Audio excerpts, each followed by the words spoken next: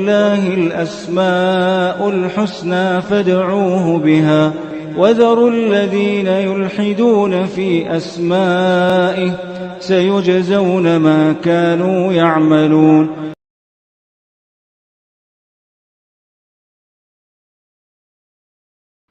بسم اللہ الرحمن الرحیم الحمد للہ رب العالمین وبہ نستعین وصلی اللہ وسلم علی سید الانبیاء والمرسلین وعلی آلہ واصحابہ اجمعین ومن تبعہم باحسان الی یوم الدین اما بعد. انشاءاللہ تعالی اس نشست میں اللہ رب العالمین کی ایک عظیم صفت، صفت النزول والہبوط والتدلی، یہ تینوں قریب المعنی ہیں. تو انشاءاللہ تعالی اس کی دوسری نشست ہوگی. پچھلی نشست میں نے بہت ساری باتیں آپ کے سامنے ذکر کی ہیں. ایک تو النزول کا لغوی معنی اور الہبوط کا، التدلی کا، اور پھر میں نے اس بات کو بھی ذکر کیا ہے کہ اس سے پہلے جو ہم اللہ رب العالمین کی صفات میں سے، صفات فعلیہ میں سے الاستواء علی العرش، اس کو جب میں نے ذکر کیا تھا تو اس بات کو بھی بیان کیا تھا کہ اسی سے جڑا ہوا یہ حصہ ہے. اللہ رب العالمین کے صفت النزول کو تسلیم کرنا، اس بات کو تسلیم کرنے کو لازم آ جاتا ہے کہ الاستواء علی العرش. اس لیے یہ جو صفت النزول ہے یہ جہمیہ پر سب سے زیادہ گراں گزرنے والی بات ہے، کیونکہ اس کو تسلیم کرنا الاستواء علی العرش کو تسلیم کرنے کو لازم آ جاتا ہے. تو گزشتہ درس میں یہ جو بنیادی باتیں آپ کے سامنے میں نے رکھا تھا، آج کے اس درس میں انشاءاللہ تعالی کچھ حدیثیں میں آپ کو سناؤں گا جس میں اللہ رب العالمین کی صفت النزول کا ذکر ہے. الاستواء علی العرش کا ذکر قرآن مجید میں ہے، صفت النزول کا ذکر وہ قرآن مجید میں نہیں ہے، احادیث مبارکہ میں ہے، احادیث صحیحہ میں. پھر اس کا معنی مفہوم بھی انشاءاللہ تعالی میں آنے والے درس میں بتاؤں گا. اور صفت النزول کو لے کر کے جو شبہات، کیونکہ ہم جس معاشرے میں رہتے ہیں اشاعرہ اور ماتوریدیہ کی کثرت ہے، دائیں بائیں آگے پیچھے سب جگہ پر، ایسے میں یعنی ان کے جو شبہات ہیں جن کو وہ دلائل کا نام دیتے ہیں، اور دلائل بھی ہو تو دلائل کا صحیح ہونا ضروری نہیں، اور دلائل صحیح بھی ہو تو استدلال درست نہیں. تو ساری چیزیں انشاءاللہ تعالی میں اس کی بات ایک ایک کر کے بتاؤں گا. احادیث کی اگر ہم بات کریں تو رسول اللہ صلی اللہ علیہ وسلم کی ایسی بے شمار حدیثیں ہیں جس میں اللہ رب العالمین کی صفت النزول کا ذکر ہوا ہے، صفت النزول کا ذکر ہوا ہے. کوئی حدیث آپ لوگ سنا سکتے ہیں، بتا سکتے ہیں اشارتاً؟ معروف حدیث. ابھی صفت الاستواء علی العرش سے متعلق جب گفتگو ہوئی تھی تو میں نے وہاں پر بھی ذکر کیا تھا اس ایک حدیث کا. معروف حدیث، کوئی ذکر کر سکتے، اشارہ ہے، ضروری نہیں کہ مطلب سارے الفاظ وغیرہ سب اشارتاً اگر بتاتے ہیں.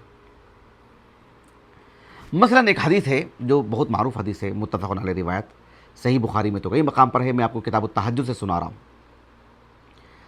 اور صحیح مسلم کی کتاب صلاۃ المسافرین وقصرها. ابو ہریرہ رضی اللہ عنہ کہتے ہیں کہ رسول اللہ صلی اللہ علیہ وسلم نے فرمایا کہ ینزل ربنا تبارک و تعالی کل لیلۃ الی السماء الدنیا حین یبقى ثلث اللیل الآخر حین یبقى ثلث اللیل الاول.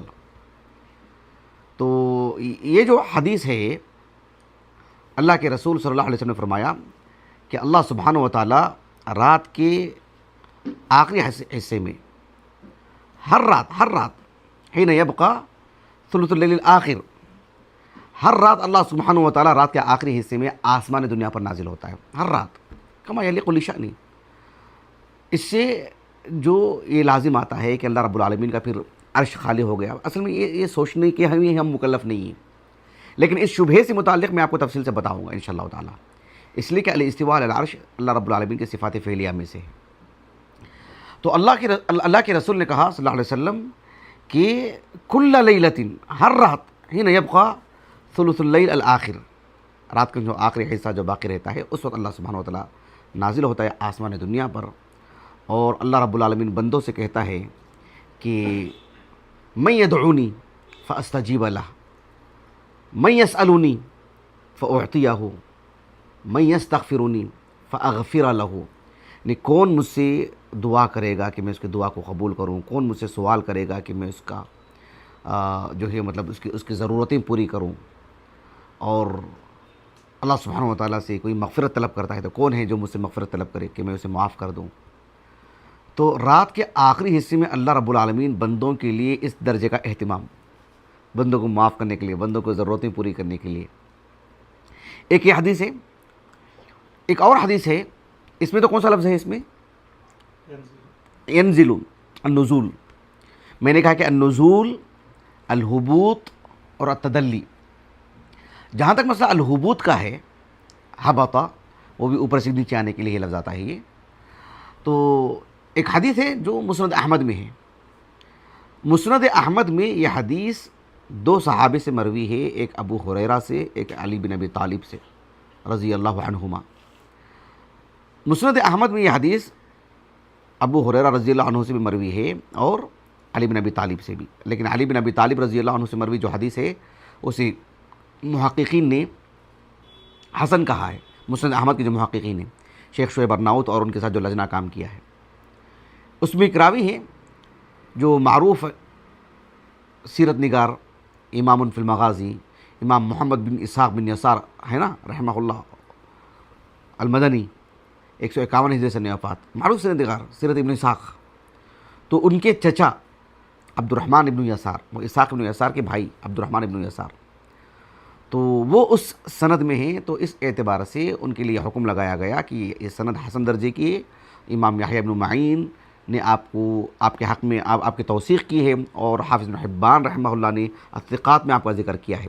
یہ محققین نے لکھا ہے مسند احمد کے. تو اس اعتبار سے انہوں نے اس سند کو حسن کہا ہے. اور جو ابو ہریرہ رضی اللہ عنہ سے جس طریق سے یہ روایت آئی ہے اس پر حسن لغیرہ کا حکم لگائے اور کہا کہ بالذات وہ جو اسناد ہے، کہا کہ وہ تو ضعیف ہے، اس لیے کہ اس میں ایک راوی ہیں عطا المدنی جو ام صبیہ کوئی خاتون ہے، ان کے موالی میں سے ہیں، ان کا مجہول حال ہونا، یہ انہوں نے وجہ بتائی ہے. مجہول الحال یعنی مجہول ہونے کو مجرد مجہول ہونا لکھا ہے. بہرحال یہ حدیث قابل احتجاج ہے. حدیث کیا ہے؟ ابو ہریرہ رضی اللہ عنہ کہتے ہیں کہ رسول اللہ صلی اللہ علیہ وسلم نے فرمایا کہ لولا ان اشق علی امتی لامرتهم بالسواک عند کل صلاۃ. اگر میری امت پر یہ چیز شاق نہ گزرتی، ان کے لیے گرا نہ گزرتی، ان کے لیے تکلیف میں ڈال دینے والی بات نہ ہوتی، اس لیے کہ جو چیز مستحب ہے اس میں اس درجے وہ تکلیف نہیں ہوتی، اس کے اختیارات میں سے ہے.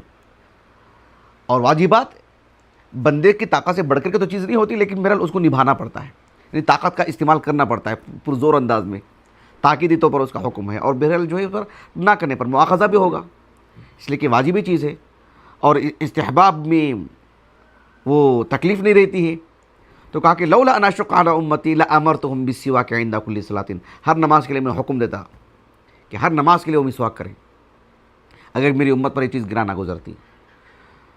اس کے بعد کہا رسول اللہ نے صلی اللہ علیہ وسلم مزید اسی طرح کی بات کہ لولا ان اشق علی امتی، میری امت پر یہ چیز شاق نہ گزرتی تو یہی معنی. کہا کہ لأخرت عشاء الآخرہ الی ثلث اللیل الاول، کہ نماز عشاء کو میں رات کا جو پہلا پہر ہے وہاں تک اس کے لے کے جاتا، وہاں جا کر کے نماز پڑھتا. لگ بھگ سمجھ لیجیے کہ 10 بجے 10:30 بجے کے آس پاس کہ وہاں میں عشاء کی نماز پڑھتا. اس وقت میں میری امت پر اگر یہ چیز شاق نہ گزرتی، اس لیے کہ نماز عشاء تاخیر سے پڑھنا افضل ہے بنسبت دیگر نمازوں کے، وہ اول وقت میں نماز پڑھنا افضل ہے. تم کہا کہ میری امت پر شاق نہ گزرتی یہ چیز، تو پھر میں یعنی لأخرت عشاء الآخرۃ الی ثلث اللیل الاول.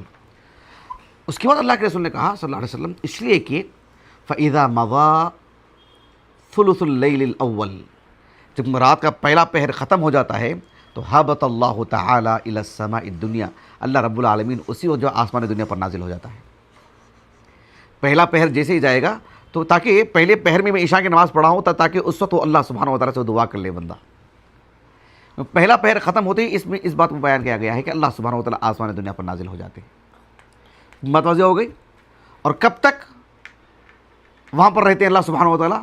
کہا کہ فلم یزل ہناک حتی یطلع الفجر، فجر کے طلوع فجر تک اللہ سبحانہ و تعالیٰ وہیں پر رہتے ہیں. کما یلیق لشأنہ، اللہ رب العالمین ذات کے اعتبار سے عرش پر مستوی ہے. اللہ سبحانہ و تعالیٰ کی یہ صفات فعلیہ میں سے ہے، اللہ رب العالمین کی صفات اختیاریہ میں سے ہے. اللہ رب العالمین آسمان دنیا پر نازل ہوتے ہیں، عرش پر مستوی ہے. ہمارا عقیدہ اسی پر ہے، اسی پر ہم یہی نہج ہے اہل سنت والجماعہ کا. کما یلیق لشأنہ، بندے کی طرح جو یہ سب نہیں، مخلوق کی طرح نہیں سوچنا چاہیے. اس میں جو لفظ آیا ہے وہ کہ حبط کا لفظ آیا، حبط اللہ تعالی الی السماء الدنیا. پھر اللہ سبحانہ و تعالیٰ بندے سے کہیں گے الا من الا سائل، کیا ہوگا؟ الا سائل یعطا، کوئی سوالی ہے جسے دیا جائے. الا داعٍ یجاب، کوئی دعا کرنے والا ہے اس کی دعا کو قبول کیا جائے گا. اور اس کے بعد ایک اور لفظ ہے، واللہ سبحان اللہ، یعنی دل دہل جاتا ہے. اللہ رب العالمین بندوں کی ضرورتیں کیسی پوری کرتے ہیں. کہا کہ الا سقیم یستشفی فیشفی، کہ کوئی بیمار ہے جو مجھ سے شفا لینا چاہتا ہے اس کو شفا دے دی جائے گی. اور پھر ہے کہ الا مستغفرون فاغفر لہ، کوئی استغفار کرنے والا ہے، کوئی مغفرت طلب کرنے والا ہے کہ اسے معاف کر دیا جائے.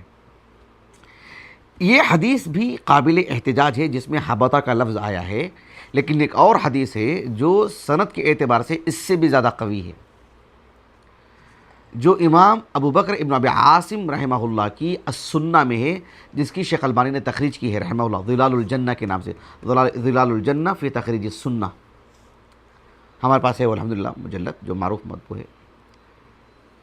اس میں مستقل ایک باب ہی قائم کیا ہے امام ابو بکر ابن ابی عاصم رحمہ اللہ الشیبانی نے، کہ اللہ سبحانہ و تعالیٰ کا آسمان دنیا پر نازل ہونا. اس میں کئی روایت لے کر کے آئے ہیں آپ. جو روایت میں آپ کو سنا رہا ہوں وہ روایت اصلاً بقول شیخ البانی رحمہ اللہ صحیح مسلم میں ہے، لیکن اس میں شہر رمضان کا اضافہ ہے. اس روایت میں کہا کہ ان اللہ تعالی لیمہل فی شہر رمضان کل لیلۃ حتی یبقى ثلث اللیل الاول، کہ رمضان کے مہینے میں ہر رات اللہ سبحانہ و تعالیٰ جب پہلا پہر ختم ہوتا ہے تو آسمان دنیا پر نازل ہوتے ہیں. بات واضح ہو گئی. اس میں بھی اس طرح کے الفاظ اس میں ذکر کیے گئے ہیں کہ حل من سائل یعطا، حل من داع یجاب، حل من استغفر اللہ، حل من مستغفر یتاب علیہ. اس طرح کے الفاظ اس میں ذکر کیے گئے ہیں. یعنی اس میں اس بات کو ذکر کیا گیا ہے کہ اللہ کے رسول نے کہا صلی اللہ علیہ وسلم اللہ رب العالمین آسمان دنیا پر نازل ہوتا ہے، لیکن اس کے لیے جو الفاظ استعمال ہوئے ہیں وہ ہیں نزل، ہبط اور تدلی. جہاں تک مسئلہ تدلی کا معنی تو میں نے بتا دیا ہے تفصیل کے ساتھ الحمدللہ، لیکن تدلی یہ جو لفظ استعمال ہوا ہے رب العالمین کے لیے وہ حدیث المعراج میں، کس میں حدیث المعراج. حدیث المعراج متفق علیہ روایت ہے، اور صحیح بخاری میں تو کئی مقام پر ہے. بذات خود اس کو کتاب المناقب میں باب المعراج اس باب کے تحت لائے ہیں امام بخاری رحمہ اللہ. لیکن یہ حدیث کئی جگہ پر ہے صحیح بخاری میں. میں آپ کو سنا رہا ہوں کتاب التوحید سے. کہاں سے؟ کتاب التوحید سے. اور اصل میں کیا ہے کہ اس حدیث میں باتیں بہت ہیں، سبحان اللہ، باتیں بہت ہیں. اللہ اکبر. مطلب علم کا علم، مطلب جامع العلوم ہے یہ حدیث. اللہ اکبر. اور یہ حدیث کتنے صحابہ سے مروی ہے، اس حدیث میں جو متعدد الفاظ ہیں، متعدد روایات سے اس میں کیا فوائد ہیں. حافظ کو اللہ جزائے خیر، حافظ ابن حجر کو رحمہ اللہ، آپ نے یعنی معمول ہے آپ کا اس طرح سے اللہ کے فضل و کرم سے کام کرنا. اس حدیث پر بھی آپ نے خوب کام کیا. اچھا، اس حدیث میں کیا ہے کہ وہ ہے نا کہ یعنی لیلۃ اسریہ برسول اللہ صلی اللہ علیہ لیلۃ اسریہ برسول اللہ صلی اللہ علیہ وسلم من مسجد الکعبہ. رسول اللہ صلی اللہ علیہ وسلم کو جو معراج پر جو لے جایا گیا، تو وہ حدیث کافی طویل حدیث ہے، سب جانتے ہیں حدیث المعراج. اس حدیث میں جب بات آتی ہے رسول اللہ صلی اللہ علیہ وسلم جب 7ویں آسمان پر پہنچے تو کس سے ملاقات ہوئی؟ کس سے ملاقات ہوئی؟ موسیٰ علیہ السلام سے. کس سے؟ موسیٰ علیہ السلام سے. بعض روایتوں میں ابراہیم کا نام ہے، ابراہیم علیہ السلام کا. اور بعض روایتوں جیسے جو روایت میں آپ کو سنا رہا ہوں کہ وَمُوسَىٰ فِي السَّابِعَةِ، وَمُوسَىٰ فِي السَّابِعَةِ، جس میں السادسہ والی بات ہے اس کے مقابل یہ روایت کو ترجیح حاصل ہے جس میں السابعہ کی بات ہے. حافظ کا یہ مزاج ہے، اللہ تعالیٰ جزائے خیر دے، اللہ اور اجر عظیم سے نوازے حافظ ابن حجر کو رحمہ اللہ. اس طرح کی روایت جو بھی صحیح آسانی سے آتے ہیں اس میں امہال کے بجائے جمع کی صورت نکالتے ہیں، دونوں کو لے کر چلنے کی روایت یہ آخری درجے تک کام کرتے ہیں ابن حجر. یہ خصوصیت ہے عام علماء کے، عام فقہا کی صحیح بخاری کو لیتے ہیں، فتح الباری کو لیتے ہیں، تو ابن حجر اس میں جو یعنی طریقہ ہے، اللہ اکبر سبحان اللہ، یعنی شرعی نصوص جو دونوں صحیح آسانی سے ہوں، انہیں جمع و تطبیق کی جو صورت اختیار کرنا، یہ حافظ سے سیکھنا چاہیے واقعتاً رحمہ اللہ۔ اب حافظ بن حجر رحمہ اللہ نے کہا کہ جن روایتوں میں ہے کہ موسیٰ علیہ السلام 6ویں آسمان میں تھے، ابراہیم علیہ السلام 7ویں آسمان میں تھے، تو پھر ممکن ہے کہ جو ہے 6ویں آسمان میں جب موسیٰ علیہ السلام سے ملاقات ہوئی تو پھر دونوں مل کر کے گئے 7ویں آسمان میں، پھر جب واپسی ہوئی تو موسیٰ علیہ السلام ہی سے تو گفتگو ہوئی نا، ایسے تو نہیں کہ 7ویں آسمان کے بعد پھر 6ویں آسمان میں وہاں ملاقات ہوئی، آتی ملاقات ہوئی ہے، تو ممکن ہے موسیٰ علیہ السلام وہاں ان کے ساتھ چلے گئے اللہ کے رسول کے ساتھ، لیکن اس حدیث میں صراحت ہے۔ بہرحال اس روایت کو ترجیح حاصل ہے، اور ترجیح حاصل ہونے کی وجہ بھی اس حدیث میں بیان کی گئی ہے۔ اللہ کے رسول نے کہا صلی اللہ علیہ وسلم، شریک بن عبداللہ سے جو روایت مل رہی ہے اس میں یہ بات ہے کہ وَمُوسَى فِي السَّابِعَةِ بِتَفْضِيلِ كَلَامِ اللَّهِ تَعَالَى، بِتَفْضِيلِ كَلَامِ اللَّهِ، بِتَفْضِيلِ کلام اللہ، کیا مطلب؟ یعنی موسیٰ علیہ السلام 7ویں آسمان میں ہیں، سب سے اوپر مقام آپ کا، کیوں؟ اس لیے کہ موسیٰ علیہ السلام سے اللہ تعالیٰ نے کلام کیا ہے، سمجھ رہے ہیں آپ؟ بتفضیل کلامہ للہ، یہ ایک روایت ہے، ایک نسخے سے یہ الفاظ ملتے ہیں، لیکن اکثر نسخوں سے بقول ابن حجر رحمہ اللہ جو لفظ ملتا ہے بتفضیل کلام اللہ، کلامہ للہ نہیں، یعنی موسیٰ نے اللہ سے گفتگو کی تو اس میں اتنے شرف کی بات نہیں، سمجھ رہے ہیں اس بات کو آپ؟ اللہ نے موسیٰ سے کلام کیا، اس میں شرف کی بات ہے، اور یہی تو چبھتی ہے بات جہمیہ کو کہ اللہ نے کلام کیا ہے، سمجھ رہے ہیں؟ تو اللہ رب العالمین کی صفات پر جو ہاتھ صاف کرتے ہیں جہمیہ، ان کو یہی تو چبھتی ہے، لیکن ابن حجر کی دیانت داری دیکھیے، اللہ اکبر، واقعی دیانت داری۔ حالانکہ ابن حجر رحمہ اللہ جو ہے مطلب تعویل کرتے ہیں، تو یہاں پر اگر رتی برابر بھی اخلاص کی کمی ہوتی دین کو لے کر کے، اللہ کی عبادت کو لے کر، احادیث سے متعلق، یہی وجہ ہے کہ اللہ نے اتنی قبولیت عطا کی ابن حجر کو رحمہ اللہ صفات میں تعویل کرنے کے باوجود بھی، کہ آپ نے نبی کی حدیثوں سے متعلق رتی برابر بھی نہیں کھیلا، اللہ نے آپ کو بچا کے رکھا، اللہ نے آپ کی خوب حفاظت فرمائی، ورنہ جو ہے مطلب یہ بتفضیل کلامہ للہ سے ایک سراغ مل سکتا تھا، موسیٰ نے کلام کیا اللہ سے، جیسے کہ خود ابن حجر نے تعویل کر دی نا وہاں پر، وَاتَّخَذَ اللَّهُ إِبْرَاهِيمَ خَلِيلًا، خلیل کے معنی آپ نے کہا کہ وہ خلیل فاعل کے وزن پر ہے، تو کہا کہ جو ہے وہ فاعل کے معنی میں بھی آتا ہے، مفعول کے میں بھی معنی آتا ہے، لیکن ترجیح کس کو حاصل ہے؟ ترجیح تو مفعول کو ہے، فاعل کو نہیں، تو یہاں پر یہ کہا کہ جو ہے مطلب خلیل کون ہے، چاہنے والے دوست کس نے بنایا؟ ابراہیم نے بنایا، اللہ نے نہیں بنایا نا، ابراہیم نے بنایا علیہ السلام، جبکہ اللہ نے بنایا ہے، اللہ نے خلیل بنایا ہے، تو یہ مفعول ہوئے۔ تو اس اعتبار سے کس طرح سے جو ہے یعنی دیکھو ابن حجر نے تعویل کی اس احتراز کے لیے کہ اہل سنت کا جو عام عقیدہ ہے اللہ سبحانہ وتعالیٰ کی صفات کو لے کر کے، لیکن یہ جہاں تعویل کرنا ہے تعویل، لیکن جہاں نبی کے الفاظ میں خرد برد کرنا، یہ سبحان اللہ یہ معاملہ کبھی نہیں رہا ہے۔ اس کی بہت ساری مثالیں ہیں، فی الحال میں کسی اور موضوع میں چلا جاؤں گا۔ تو وفی السابعۃ وموسیٰ فی السابعۃ بتفضیل کلام اللہ، اس لیے کہ امام بخاری رحمہ اللہ نے کتاب التوحید میں باب قائم کیا، باب قول اللہ تعالی وکلم اللہ موسیٰ تکلیما، تو اس اعتبار سے یہ روایت اس سے بالکل مطابق ہے، جیسے کہ ابن حجر نے خود کہا ہے رحمہ اللہ، کہا کہ بتفضیل کلام اللہ، بات واضح ہو گئی۔ اچھا، اب غور کرنے کی بات کیا ہے، رسول اللہ صلی اللہ علیہ وسلم کو معراج پر لے جا گیا، پہلا آسمان، دوسرا آسمان، تیسرا آسمان، چوتھا آسمان، 7واں آسمان، تو 7ویں آسمان میں موسیٰ علیہ السلام ہیں۔ اب 7ویں آسمان پر جب موسیٰ علیہ السلام آئے، اب 7ویں آسمان سے مزید اوپر لے جایا گیا، کس کو؟ رسول اللہ کو صلی اللہ علیہ وسلم۔ تو موسیٰ علیہ السلام نے کہا کہ یا ربی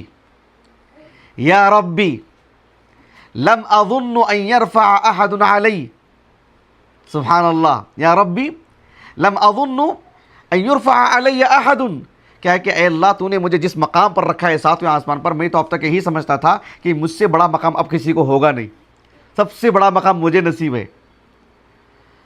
دیکھو اللہ سبحانہ و تعالیٰ نے اللہ کے رسول کو سارے نبیوں پر فضیلت دی ہے۔ موسیٰ علیہ السلام سے اللہ نے کیا فرمایا؟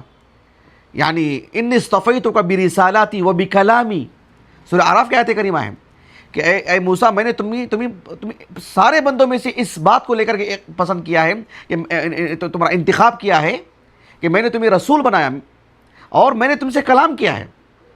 تو موسیٰ سے اللہ تعالیٰ نے کلام کہاں کیا؟ کہاں کیا؟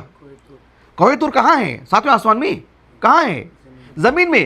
اللہ نے موسیٰ علیہ السلام سے زمین پر گفتگو کی اور خاتم النبیین محمد سے اللہ نے آسمان پر گفتگو کی. اس اعتبار سے بھی فضیلت محمد صلی اللہ علیہ وسلم کو متوجہ ہو گئی. تو اللہ سبحانہ و تعالیٰ نے ساتویں آسمان پر جب موسیٰ علیہ السلام سے ملاقات ہوئی تو کہا کہ یا رب، اللہ سے کہہ رہے ہیں کہ یا رب لم اظن ان يرفع علی احد. نہیں تو اب تک یہی سمجھتا تھا کہ سب سے بڑا مقام تو میرا ہے، اب ان کو مجھ سے اوپر لے جایا جا رہا ہے. پھر وعلا به فوق ذلك بما لا يعلمه الا اللہ. اللہ اکبر. پھر ساتویں آسمان سے آپ کو اوپر لے جایا گیا، خاتم النبیین محمد صلی اللہ علیہ وسلم کو کہاں تک لے جایا گیا؟ کہا کہ مطلب میں نے سبحان اللہ، یہ اللہ ہی بہتر جانتا ہے.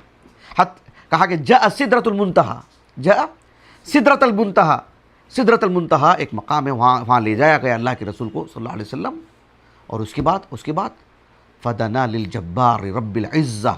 اللہ اکبر. فدنا للجبار، اللہ کے اسماء حسنہ میں سے انتخاب دیکھو. فدنا للہ نہیں کہا، سمجھ رہے ہیں آپ؟ فدنا للجبار، للجبار رب العزہ، اللہ رب العالمین کی عظمت، ہیبت، اس کا مقام. اللہ اکبر، اللہ اکبر. فدنا للجبار رب العزہ.